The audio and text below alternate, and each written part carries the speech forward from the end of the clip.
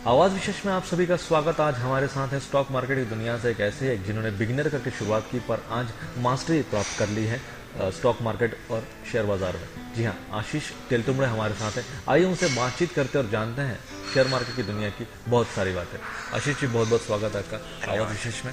आशीष जी, आप पेशे से इंजीनियर रह चुके हैं, मैकेनिकल इंजीनियर काम भी कर चुके हैं, तो आप अचानक से शेयर मार्केट में कैसा है? तो पहले के बारे में हमें कुछ बताइए कि उस वक्त मतलब कहाँ काम करते थे आप, कहाँ रहते थे, अपने माँ बाप, कुछ बैकग्राउंड हमें बताइए। मेरा तो जैसे अभी हम जॉब बैकग्राउंड जो है, जैसे पापा जो है वो एजुकेशन ऑफिसर थे और अभी तो वो रिटायर्ड हो चुके हैं। मम्मी तो हाउस वाइफ है और एक दीदी है जिसकी शादी हो चुकी है। तो बिजनेस से तो कोई रिलेशन था नहीं कभी, या स्टॉक मार्केट से था नहीं। मुझे थोड़ा हमेशा मैथ्स में थोड़ा इंटरेस्ट रहता था। जैसे आज तक मैंने जैसे देखा था कि जब भी किसी भी स्टैंडर्ड में मुझे सबसे ज़्यादा मार्क्स जो मिलते थे वो हमेशा मैथ्स में ही मिलते थे। लोगों को मैथमेटिक्स से डर लगता है पर आपको मैथ्स अच्छा लगता था। और हमेशा ये मेरे जितने भी सब्जेक्ट्स रहते थे इसमें सबसे ज़्यादा मार्क्स जो रहते थे वो हमेशा मैथ्स में आते थे। बाकी सब्जेक्ट्स में हमेशा थोड़े कम मार्क्स रहते थे। और वैसे क्या करना है ज़िंदगी में ये भी वैसे कभी डिसाइड हुआ नहीं था। तो इंजीनियरिंग कैसे क्या चुना आपने? तो वो तो जनरली मार्क्स आ गए, सबको लगने लगा कि अच्छे मार्क्स आए हैं 12th में तो अच्छा कॉलेज मिल जाएगा, और मिल भी गया। VRC मिला था, नागपुर का कॉलेज जो अभी VNIT है, टॉप 20 कॉलेज में इसका हाँ। नाम है। तो फिर घर वाले भी बहुत खुश थे। तो वैसे उस टाइम पे भी पता नहीं था एग्जैक्टली करना क्या है, तो बोला चलो इंजीनियरिंग कर लेते हैं। तो जैसे इंजीनियरिंग हुआ और उसके बाद कैंपस में ही जॉब लग गया। तो सुब्रोस कंपनी है, सुब्रोस लिमिटेड, तो मैं दिल्ली में 1 साल था और सब खुश थे, घर वाले भी खुश थे। मेरी वहाँ पे पोस्ट ही शुरू में तो इंजीनियरिंग एज ए इंजीनियर था और उसी पोस्ट में रहा। बेसिकली क्या करते थे वहाँ पर? हमारा काम क्या होता था? क्वालिटी डिपार्टमेंट था, मैन्युफैक्चरिंग की कंपनी थी, AC मैन्युफैक्चरर, और क्वालिटी डिपार्टमेंट में था। उसके बाद मैं सप्लाई चेन डिपार्टमेंट में चला गया। तो काम अच्छा था, मज़ेदार था, लेकिन मुझे उसमें धीरे धीरे जो था इंटरेस्ट चला गया, ऐसा लगने लगा। हाँ, और मैंने ऐसा लगने लगा। सैलरी ठीक ठाक थी आपकी? सैलरी अच्छा पैकेज था। जब मैंने छोड़ा था तब मेरा 3.5 का पैकेज था। और 3 साल। कौन से ईयर की बात है ये? है 2008 की, 2008 अप्रैल की बात है। और तब मैंने वो कंपनी छोड़ दी थी क्योंकि मुझे ऐसा लग रहा था। तो आप दिल्ली में थे कि कहीं? नहीं, दिल्ली में मैं पहले 1 साल था और उसके बाद के 2 साल में पूना में था। अच्छा। और तब मुझे ऐसा फील होने लगा था कि इसमें मुझे इंटरेस्ट नहीं आ रहा है। रिसेशन मेरे ख्याल से शुरुआत हो चुकी थी और रिसेशन थोड़ा एंड में ही आया था। लेकिन उस टाइम तक मुझे ऐसा लगने लगा था कि अगर यहाँ से उस टाइम तक मुझे ऐसे पता चल गया था कि मेरा जो इंटरेस्ट है वो थोड़ा सा फाइनेंस साइड में ज़्यादा है। तो फाइनेंस में मैं जा सकता हूँ, फाइनेंस में भी शेयर मार्केट में मैं ट्राई कर सकता हूँ। तो शेयर मार्केट में जाने का आपने सोचने से पहले कुछ आप पहले आजमा चुके थे इसमें अपना इंटरेस्ट, या फिर कुछ पढ़ते थे, या फिर किसी ने आपको इंस्पायर किया उस पर? इंस्पायर तो किसी ने नहीं किया था। मैं यानी लगता था कि शेयर मार्केट क्या होता है, तो मैंने खुद से ट्राई करके देखा और धीरे धीरे उसमें इंटरेस्ट आने लगा। मैं खुद से इन्वेस्टमेंट करने लगा, IPOs लेता था, बेचता था। प्रॉफिट तो वैसा कुछ खास होता नहीं था, लेकिन इंटरेस्ट बहुत रहता था। तो कौन सी कंपनी में आपने शुरुआत में पैसा लगाया? जो पहला स्टॉक था वो तो मेरा रिलायंस था। अच्छा, IPO जो रिलायंस? हाँ, क्योंकि रिलायंस का नाम नहीं, IPO नहीं, ऐसे स्टॉक खरीदा था। अच्छा, ऐसे ही आपने स्टॉक कर दिया था। और तब रिलायंस वेब वर्ल्ड जो था वो जस्ट स्टार्ट हुआ था। तो मैं वहाँ जाके बैठे रहता था दिन भर कि चलो एक दिन छुट्टी रहती थी कि क्या होता है। वहाँ जाके मैं इन्वेस्टमेंट्स करता था और देखता था कि मार्केट में मूवमेंट कैसा हो रहा है, और बाकी जो इन्फॉर्मेशन थी वो कुछ न्यूज़ चैनल के जरिए मिल जाती थी। तो धीरे धीरे उसमें इंटरेस्ट बिल्डअप होने लगा और ऐसा लगने लगा कि मैं अगर MBA फाइनेंस कर लेता हूँ तो उस फील्ड में पूरी तरह से जा सकता हूँ। अच्छा। तो फिर आपने MBA फाइनेंस किया? नहीं किया, अब तक नहीं किया? अब तक नहीं किया। कि एक्चुअली प्लान तो यही था कि एक तो उसमें भी ये सोच रहा था कि चलो अगर कोई अच्छा कॉलेज मिल जाए, IIM वगैरह मिल जाए तो अच्छा रहेगा। तो ये सोच के मैं सोच रहा था कि चलो आगे से यानी MBA फाइनेंस के लिए एक काम करते हैं, ये कंपनी छोड़ देते हैं और कुछ इंडियन मार्केट में कोई कंपनी में ज्वाइन हो जाएंगे, जिससे मेरा फिनांस में भी थोड़ा सा एक्सपीरियंस आ जाएगा और मैं अगर MBA फाइनेंस करूंगा तो मुझे फिर वो एक बैकअप हो जाएगा। अच्छा, मतलब जॉब प्रोफाइल भी आपको मिल जाएगी। हाँ, एक्सपीरियंस है इस कॉलेज से, आपको इतना एक्सपीरियंस। बस प्रॉब्लम ये था कि मेरा जीरो नॉलेज था फाइनेंस में, कि बाकी तो कोई नॉलेज था नहीं, थोड़ा बहुत शेयर मार्केट का ही नॉलेज था और फिर से जीरो से स्टार्ट करना पड़ता था, जो कि किसी को मंजूर नहीं था। घर वाले भी यानी, तो घर वाले का सपोर्ट था आपको, दोस्तों का, घर वालों का? जब जॉब छोड़ा तब तो घर वालों को बताया भी नहीं था। पहले जॉब छोड़ दिया, बाद में बताया कि जॉब छोड़ दिया है, और फ्रेंड्स को बताया तो सब लोग पागल बोलने लगे कि अच्छा खासा करियर था वो छोड़ दिया। और सबको लगता है कि अगर ये जॉब छोड़ा है तो कोई दूसरा जॉब मिलेगा, ये दूसरा जॉब इसको मिला होगा तभी छोड़ा है। बताया उनको कि नहीं, कोई जॉब नहीं मिला है, मैं यहाँ से शेयर मार्केट में जाने वाला हूँ, तो सब लोग मुझे पागल बोलने लगे कि अच्छा खासा पैकेज था, अच्छा खासा पैकेज छोड़ के फिर से कुछ 1 लाख से स्टार्ट कर रहा है ईयरली इनकम, उसमें भी पता नहीं है कि आगे जाके प्रमोशन होगा नहीं होगा, रिस्क की प्रोफाइल है। और दूसरा कि लोग शेयर मार्केट को जुआ ही समझते हैं। जी हाँ, बहुत से लोगों की धारणा ये है कि शेयर मार्केट मतलब एक प्रकार का जुआ है जिसमें आप नसीब लगाए तो पैसा कमाएंगे, नहीं तो नहीं कमाएंगे। पर आई थिंक सो वो एनालाइज जो करना होता है बहुत बारीकी से करना होता है। तो फिर आपने कैसे क्या मनाया घर वालों को या फिर दोस्तों को या फिर खुद को कि आप सक्सेसफुल रह सकते हैं? नहीं, मुझे तो इंटरेस्ट था, मुझे इतना तो पता ही था कि कुछ भी हो जाए मैं कुछ ना कुछ तो कर ही लूँगा। कि हाँ, बस इतना था कि जिस तरह से मैन्युफैक्चरिंग मेरा करियर बनता वैसा नहीं होता, एक स्टेबल करियर जो था वो नहीं होता, यहाँ पे थोड़ा सा प्रॉब्लम्स आते, लेकिन मुझे इतना पता था कि मैं यहाँ पे खुश तो ज़रूर रहूँगा, कि यहाँ पे अच्छा खासा इनकम भी हो जाएगा और मैं खुश रहूँगा, यानी जॉब सेटिस्फैक्शन जो कहते हैं वो रहेगा। ये मेरा प्लान था। और ये भी था कि चलो आगे जाके MBA फाइनेंस कर लेंगे तो भी एक बैकअप हो जाएगा। तो मतलब इतना बड़ा कॉन्फिडेंस एक प्रकार से आप में आ गया जो नौकरी करते वक्त। शायद इंजीनियरिंग का इसमें कुछ हेल्प मिला आपको? हाँ, इंजीनियरिंग के उन सालों में कुछ कॉन्फिडेंस बढ़ा आपका कि नहीं भाई मुझे जो करना है, जो इंटरेस्ट है वो मैं फॉलो करूंगा। हाँ। शायद इंजीनियरिंग में भी आपको ये सारी चीज़ें सीखने मिली, ऐसा कह सकते हैं क्या? हाँ, जो एनवायरनमेंट था, जैसे कॉलेज में जितने भी फ्रेंड्स थे वो बहुत अच्छे बैकग्राउंड से थे, बहुत पढ़ाई करने वाले लोग थे जो अभी भी मेरे कांटेक्ट में हैं। तो वो भी एक इंस्पिरेशन होता है कि वो लोग सारी एक्टिविटीज़ करते हैं और अच्छा परफॉर्म करते हैं। तो मुझे हमेशा लगता था कि मुझे भी कुछ करना चाहिए जो मेरे इंटरेस्ट का है। तो और थोड़ा सा टाइम लगा वो ढूंढने में, ज़िंदगी के समझ लीजिए कि 23 साल जब मुझे पता चला कि मुझे शेयर मार्केट में इंटरेस्ट है, तब मैं ऑलमोस्ट 23 का था। और वो डिसीजन लेने में कि चलो हम उसमें जंप कर सकते हैं, उसमें मुझे 1 साल लग गया। अच्छा, उस डिसीजन तक आने में? हाँ, आपको कि थोड़ा सा लगता है कि थोड़ा रिस्क लगता है कि इतना रिस्क लेंगे, थोड़ा सा बैकअप कुछ नहीं है। स्टेबल लाइफ छोड़ के आप अनस्टेबल लाइफ में जा रहे हैं, प्रकार से कह सकते हैं। जीरो से शुरुआत कर रहे हैं, कैसे मनाऊंगा खुद को, कैसे मैनेज होगा। जी हाँ। तो लेकिन मुझे लग रहा था कि चलो मैं तो रेडी था, और जिस दिन मुझे लगा कि क्या करना चाहिए तो मुझे लगता था कि चलो वहाँ जाऊंगा मैं तो मैं खुश तो जरूर रहूंगा, जो मुझे इस जॉब में नहीं मिल रहा है। जो खुशी जो है वो इस जॉब में नहीं मिल रहा है। आपने आपका जो चाह थी, जो इंटरेस्ट था उसको फॉलो किया कि मैं इस राह पे रहूंगा तो मैं एटलीस्ट खुश रहूंगा और खुद को बैलेंस भी कर लूंगा धीरे से, जो कुछ है सारी चीजें फिर से स्टेबल कर लूंगा। ये आपको दृढ़ निश्चय था। सर, जानेंगे कि आपने उसके आगे क्या किया और कैसे क्या प्रिपरेशन की शेयर मार्केट की और शेयर नॉलेज की, मगर एक छोटे से ब्रेक के बाद। दर्शकों कहीं जाइएगा मत, आशीष तेलतुंबड़े से बातचीत जारी है। जानेंगे कैसे क्या उन्होंने बेसिक प्रिपरेशंस किए शेयर मार्केट की और स्टॉक एक्सचेंज की, मगर एक छोटे से ब्रेक के बाद। मेन यही होता था कि आपके रिसर्च, यानी कंपनी का काम यही होता था कि रिसर्च एंड एनालिसिस करना है, और आपके जो रिपोर्ट्स है इस पे कंपनी जो प्रॉफिट कमाएगी।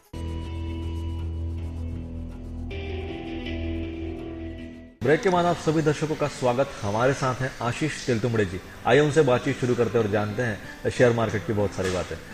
आशीष जी, ब्रेक पे जाने से पहले आपने बताया था कि किस प्रकार से एक अच्छी खासी प्रोफेशनल लाइफ छोड़कर, स्टेबल लाइफ छोड़ के आपने शेयर मार्केट जाने का सोच लिया था। तो फिर आपने पूना में कौन सी कंपनी चुनी और वो चुनी कैसे? शुरू में तो जैसे एक मेरा फ्रेंड था, उसने मुझे बताया कि ऐसे एक कंपनी है जहाँ पे थोड़ा रिसर्च एंड एनालिसिस का काम होता है फॉरेन मार्केट्स के लिए। तो मैंने सोचा कि चलो इंटरेस्ट आ गया उसमें, तो मैंने थोड़ी इन्फॉर्मेशन निकाली, तो लगा कि चलो ये कैप्स्टोन सिक्योरिटीज़ है, यहाँ पे मैं ज्वाइन हो सकता हूँ। और वो इंसेंटिव्स भी अच्छा खासा देते थे, अगर आप थोड़ा सा यानी अच्छा परफॉर्म करो तो 1 साल के बाद आप अच्छा इंसेंटिव्स वहाँ मिलते थे। तो मैंने यानी निश्चय कर लिया था कि चलो ये कंपनी ज्वाइन कर लेते हैं, क्योंकि बाकी इंडियन कंपनीज में इतनी सैलरी भी नहीं मिलती थी, और वहाँ पे थोड़ा सा जो टाइम था, ऑफिस का टाइम था, वो भी थोड़ा कम था। तो ये भी प्लान था कि चलो इसके साथ साथ कोई दूसरी डिग्री जैसे CFA या MBA फाइनेंस का भी प्रिपरेशन कर लेंगे। तो ये फिलहाल स्टार्टिंग आपने ये सोच लिया था? हाँ, ये मेरा स्टार्टिंग का प्लान था। लेकिन जैसे हम सोचते हैं, एक्चुअली जब डिसीजन ले लिया था तो उसके बाद प्रॉब्लम उसके बाद ही स्टार्ट होना चालू हो गया। कि जैसे सोचते वैसे तो कुछ हुआ नहीं। जैसे वहाँ पे गया थोड़ा मैं ओवर कॉन्फिडेंट था कि यार मेरा तो हो ही जाएगा, मैं तो कर ही लूंगा, मैं कर ही लूंगा, सीख ही लूंगा। हाँ, तो कुछ वहाँ पे जब मैं एग्जाम देने गया तो कुछ गलतफहमी की वजह से, मेरी गलतफहमी की वजह से मेरा वो पेपर क्लियर नहीं हुआ फर्स्ट अटेम्प्ट में। तो वहाँ पे एंट्रेंस एग्जाम थी? हाँ, एंट्रेंस एग्जाम थी, तो वो हुआ नहीं। तो फिर मुझे, और यहाँ पे मैं ऑलरेडी रिजाइन कर चुका था, तो उसके बाद उन्होंने कहा कि चलो आपको 4 महीने का हम ब्रेक देते हैं और 4 महीने के बाद आप फिर से आ सकते हैं। जो मेरी फिलहाल जो कंपनी, उसने मुझे कहा, तो बोला चलो ठीक है, चलो 4 महीने में हम किसी दूसरे कंपनी में ट्राई कर लेंगे। तो उसके बाद मैंने जैसे धीरे धीरे दूसरी कंपनी ट्राई की, तो मुझे पता चला कि अगर आपके पास फाइनेंस की डिग्री नहीं है तो आपको जनरली कोई किसी भी शेयर मार्केट में नहीं पूछता लेगा, ही नहीं है, वो एंटरटेन हाँ, नहीं करते हैं। और वो मुझे उल्टा ये बोलते थे कि अरे आपकी तो फील्ड हमसे अच्छी है तो आप यहाँ पे क्यों आना चाहते हैं। और वो थोड़ा उनको डर लगता था कि अरे आपको तो 3 साल का मैन्युफैक्चरिंग का एक्सपीरियंस है, आपकी इतने अच्छे इंजीनियरिंग की डिग्री है, 3 साल का मैन्युफैक्चरिंग एक्सपीरियंस है, उसके बाद आप यहाँ पे आना चाहते हैं, डिमोशन क्यों कर रहे हैं, एक प्रकार से डिस्करेज कर रहे थे तो आपको। वो थोड़ा सोचते थे कि कुछ तो भी गड़बड़ है। तो उस बीच आप पढ़ाई भी कर रहे थे शेयर मार्केट की? शेयर मार्केट की पढ़ाई तो चली रही थी। कैसे कर रहे थे आप, कि क्या पढ़ रहे एक्चुअली थे? में इंडियन मार्केट के लिए एनसीएफएन की एग्जाम्स होती है, वो आप अगर दे दोगे तो वो लोग आपको कंसीडर करते हैं। अच्छा। तो वो मैं इक्विटी की और डेरिवेटिव्स की वो मैं एग्जाम्स दे रहा था, तो मेरी 2-3 एग्जाम्स मैंने ऑलरेडी दे दी थी, तो उतना नॉलेज मुझे आ गया था। अच्छा, अच्छा। हाँ, तो वो ईयरली एग्जाम्स होती है कि क्वार्टरली, कैसे एग्जाम? वो तो आप कभी भी दे सकते हैं। एक्चुअली आपको ऑनलाइन अप्लाई करना है और बस आप ले लोगे, उसकी आपकी डेट्स रहती है कि हर वीकेंड पे या 2 महीने बाद आपको डेट ले लो। शेयर मार्केट में जाने के लिए आपको बेसिकली अगर वो एग्जाम क्लियर कर लेते हैं तो कंपनीज आपको, कॉर्पोरेट कंपनीज आपको करेक्ट करती है कि you are eligible for the job. अगर उसमें एक्चुअली परसेंट जो पासिंग परसेंट है वो भी बहुत ज़्यादा होता है, 70% से ज़्यादा ही होता है। अच्छा। यानी आपको मार्क्स ज़्यादा मिलने चाहिए, 70% ज़्यादा, तो ही आप पास हो सकते हैं। तो जनरली अगर आपके पास वो डिग्री है तो कोई भी कंपनी आपको शेयर मार्केट के लिए कंसिडर कर सकती है। लेकिन बस उनको लगता था कि इस बंदे की इंजीनियरिंग डिग्री है और ये आना चाहता है फाइनेंस में, तो लोग थोड़ा डर जाते थे या कंपनी सोचती कि क्या कर रहा है ये क्यों आना चाहते, तो वो जनरली फाइनल राउंड में रिजेक्ट कर देते थे। ऊपर से पैकेज का भी प्रॉब्लम होता था कि भाई इसका तो ऑलरेडी 3.5 पैकेज है, अब ये वहाँ से कम में आ रहा है तो हो सकता है कि ये जॉब कुछ दिन में छोड़ देगा, तो बहुत सारे लोग मना कर देते थे। नहीं करते थे। हाँ, तो सिचुएशन ऐसी आ गई थी कि कोई लेने को ही रेडी नहीं था। तो बाद में फिर ऐसा, कितना समय लगा जॉब छोड़कर आपके पहला ये इस सारी चीज़ें? ये कुछ 4 महीने का गैप था। ये ऑलमोस्ट 4 महीने का ही गैप था। और फिर उसके बाद यानी ऑलमोस्ट जो बैंक बैलेंस था मेरा वो भी ख़त्म होने लगा कि पैसे भी नहीं है पास में, और सब लोग, क्योंकि अब क्या आपका डिसीजन थोड़ा अलग है और आपको प्रूव करना है, तो थोड़ा लोग बोलते हैं देखो अभी ये थोड़ा यानी इसको बोला था कि मत कर ऐसा, सुना नहीं इसने और इसका थोड़ा डिसीजन गलत हो गया, तो ये भी एक था। तो थोड़ा फ्रस्ट्रेशन खाया जा रहा था आपको? हाँ, धीरे धीरे। तो फिर एक समय आ गया कि चलो 4 महीने होने को आ गए थे, फिर से इसी कंपनी में अप्लाई किया, और तब तक उस टाइम तक मैंने सारी कंपनीज ट्राई कर ली थी, और सारी कंपनी से एक ही आंसर था कि नहीं, आपको हम नहीं ले सकते। तो फिर 2 ही रास्ते बचे थे, एक तो इस कंपनी ने ले लिया तो ठीक है, वरना अभी MBA फाइनेंस के लिए प्रिपरेशन स्टार्ट कर देते। तो उस टाइम का यही डिसीजन था। तो थोड़ी सी ज़्यादा प्रिपरेशन की। ये यहाँ पे जनरली इनके यहाँ पे ऐसा था कि सक्सेसफुल जो लोग थे मैक्सिमम इंजीनियर्स ही थे, और मेरा फिर वहाँ पे सिलेक्शन हो गया। अच्छा। हाँ, और फिर थोड़ा अच्छा लगा चलो कि ये स्टार्ट है कि यहाँ पे अगर हमने 1-2 साल भी अगर गुजार दिए तो इसके बाद में शेयर मार्केट में दूसरी जगह भी कहीं पे भी ट्राई कर सकता हूँ। ये फिलहाल प्लान था, क्योंकि इतना तो मुझे भी पता था कि शेयर मार्केट में टिकना कोई आसान बात है नहीं, क्योंकि सब फ्रेंड्स बताते थे या जो भी मुझे एक्सपीरियंस था कि प्रॉफिट करना शेयर मार्केट में आप बातों को घुमा नहीं सकते।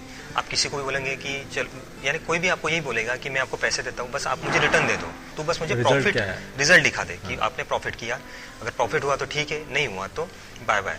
तो ऐसा काम था। फिर यहाँ पे, तो वहाँ फिर आपने सीनियर्स की हेल्प ली या फिर क्या कलीग से सीखा, कैसे किया आपने प्रिपरेशन? शुरुआत में तो जैसे हम वहाँ पे गए तो जनरली ऐसा होता है कि थोड़ा सा सीनियर्स यानी एक डेमो होता है जनरली कि कहाँ कैसे काम होता है, लेकिन उससे ज़्यादा कोई वहाँ पे कोई हेल्प नहीं होती जनरली किसी, यानी शेयर मार्केट का ऐसा ही काम होता है। आपको थोड़ा बहुत बेसिक इन्फॉर्मेशन मिल जाएगा कि कंपनी कैसे चलती है, आप वहाँ पे जाएंगे, आप रिसर्च करोगे, तो शुरुआत में आपको थोड़ा सा बता देंगे कि ऐसा ऐसा काम होता है हमारे कंपनी। तो कंपनी का बेसिक काम क्या रहता था वहाँ पे, क्या करते थे हम? तो कंपनी फुल रिसर्च करती है, रिसर्च एंड एनालिसिस होता था किसमें कंपनी, किसी भी कंपनी इन्वेस्ट करना चाहिए, नहीं करना चाहिए, उस पर। और मेन यही होता था कि आपके रिसर्च यानी कंपनी का काम ये होता था कि रिसर्च एंड एनालिसिस करना है, और आपके जो रिपोर्ट्स है इस पे कंपनी जो प्रॉफिट कमाएगी उसका एक पोर्शन आपको दिया जाएगा। अच्छा। हाँ, और बेसिक सैलरी इतनी कुछ रहती नहीं थी, जो आपका जो ये बोनस हम कह सकते हैं, इंसेंटिव्स कह सकते हैं, इसी पे आपका परफॉर्मेंस रहेगा। आप जितना ज़्यादा आपका रिसर्च एनालिसिस बराबर है और कंपनीज पे जितना ज़्यादा प्रॉफिट कमा रही है।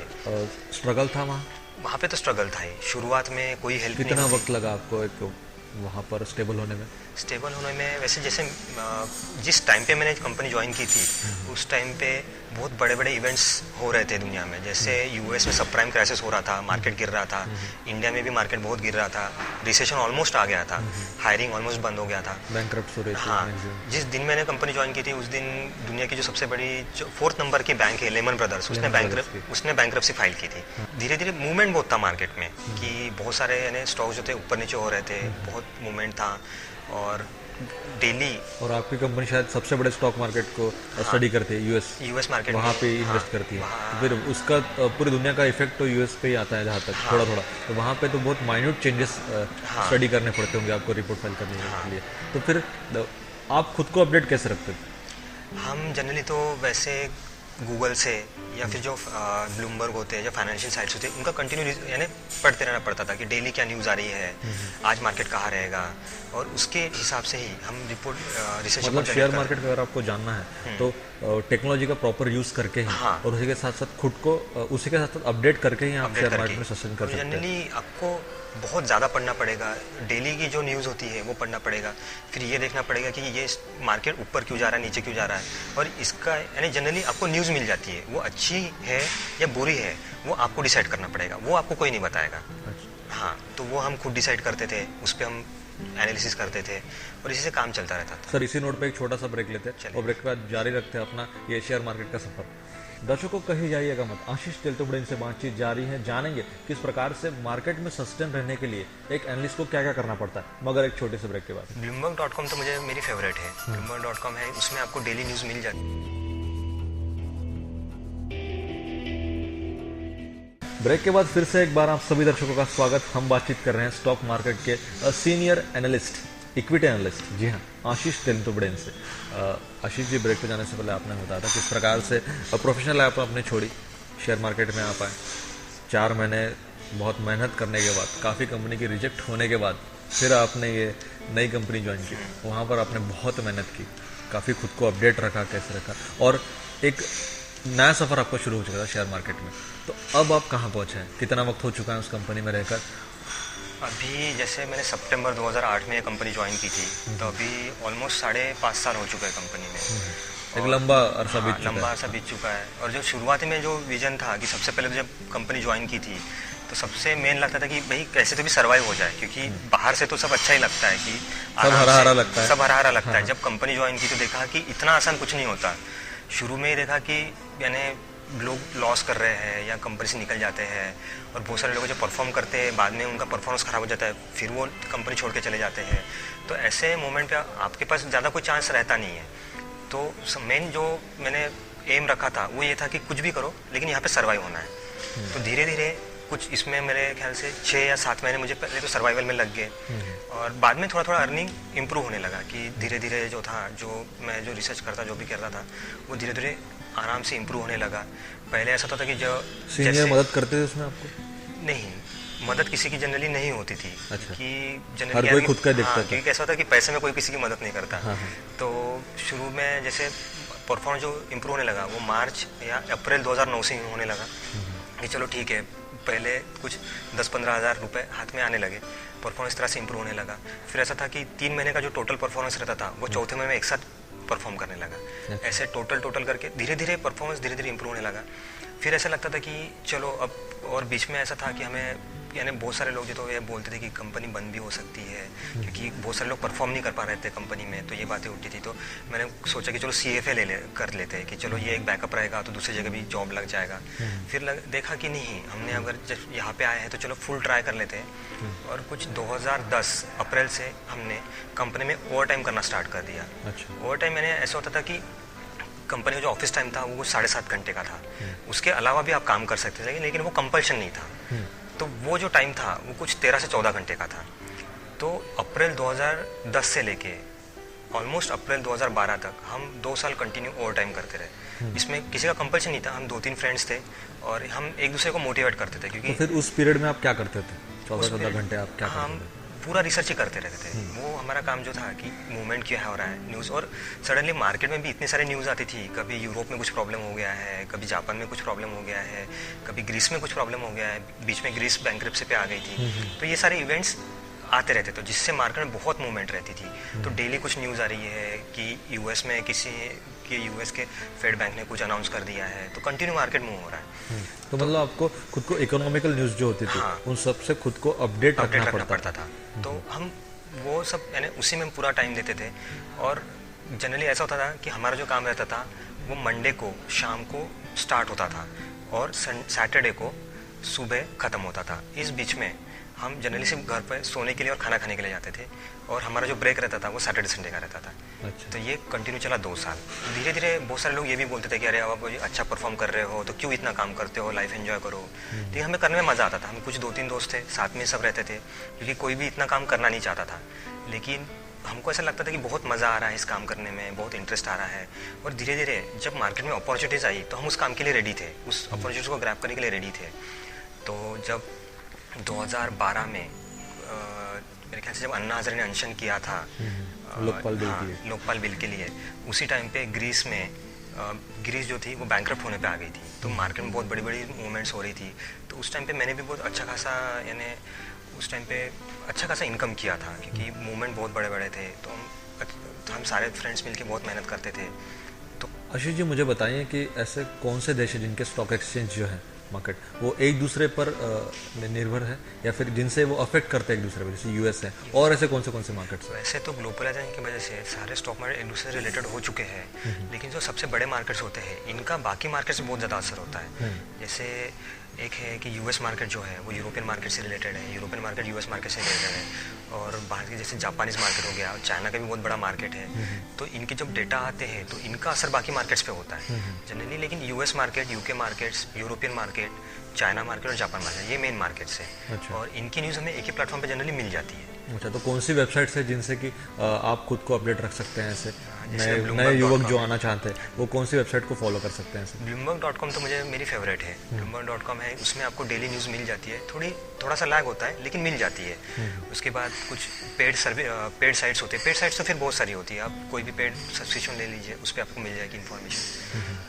तो अभी लोगों का क्या उछाल आ रहा है इस तरफ कि शेयर मार्केट में जाना चाहिए? क्या ये भ्रम दूर हो रहा है लोगों का? आपको क्या लगता है? नहीं, वैसे तो नहीं है। वैसे जनरली यंगस्टर्स जो होते हैं वो यहाँ पे जनरली ट्राई करने के लिए आते हैं, और बहुत सारे लोग होते हैं जो पैशन के लिए भी आते हैं। हम कंपनी में देखते हैं कि बहुत सारे लोग होते हैं जो मुझे जाके मिलते हैं और कहते हैं कि हम भी शेयर मार्केट में करियर करना चाहते हैं, लेकिन वो फिर कुछ लोग अपना करियर बना लेते हैं, कुछ लोग नहीं बना पाते हैं।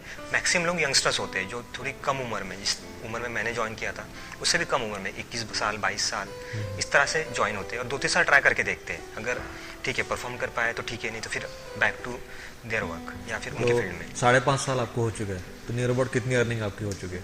वैसे तो 5 करोड़ से ज़्यादा हो ही चुकी है ऑलमोस्ट ओवरऑल टोटल। अब आपके माँ बाप सेटिस्फाइड हैं आपके हाँ, करियर से satisfied कि तो अब ये हमारा बच्चा सही राह पर है? हाँ, तो नहीं, खुश तो है।